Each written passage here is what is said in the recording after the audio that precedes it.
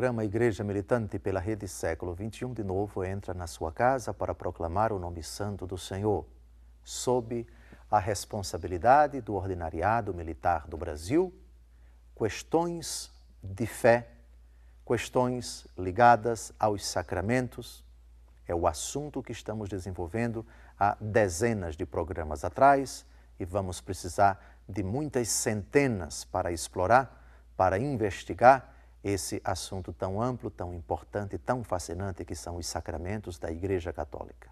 Estamos no começo, sacramento do batismo. A pergunta que farei hoje vai ser retomada centenas de vezes, porque hoje começamos uma catequese acerca dessa questão. Como é administrado o sacramento do batismo? A pergunta essencialmente tem uma resposta muito simples, com água, em nome do Pai, do Filho e do Espírito Santo. Mas a nossa intenção ao formular essa pergunta é investigar ao longo da história e também na atual disciplina canônico-sacramental da Igreja, qual foi a evolução da dispensação do sacramento, da maneira de administrar o sacramento do batismo, ao longo da história até os dias atuais.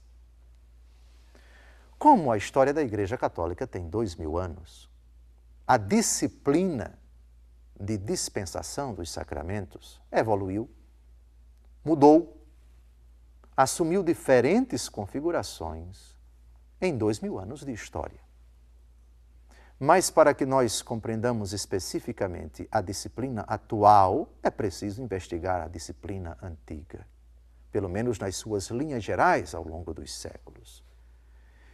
E como duas são as formas de administrar o sacramento do batismo, e quando eu falo de formas, eu me refiro à preparação, a remota, próxima, imediata, e a própria celebração, e considerando que a Igreja tem dois ritos para o sacramento do batismo, o rito da iniciação cristã dos adultos e o rito do sacramento do batismo para as crianças, essa resposta vai precisar de muitos programas. Ao longo dos séculos, ao longo dos milênios, o catecumenato, a preparação dos pagãos para a recepção dos sacramentos, o que supõe batismo de adultos, assumiu muitas modalidades. Então, a pergunta, como é administrado o sacramento do batismo? A resposta precisa primeiro considerar: a pessoa que vai ser batizada é adulta ou é criança? Se é adulta, tem uma modalidade, tem um caminho, tem uma preparação, tem exigências próprias com relação ao próprio adulto, com relação à igreja que prepara esse adulto, com relação aos padrinhos, com relação à celebração mesma. Ao invés, se trata de criança, tem exigências próprias, tem requisitos próprios, tem modalidades específicas. E isso diz respeito aos pais da criança, aos padrinhos da criança, à própria igreja que prepara pais e padrinhos, à própria celebração.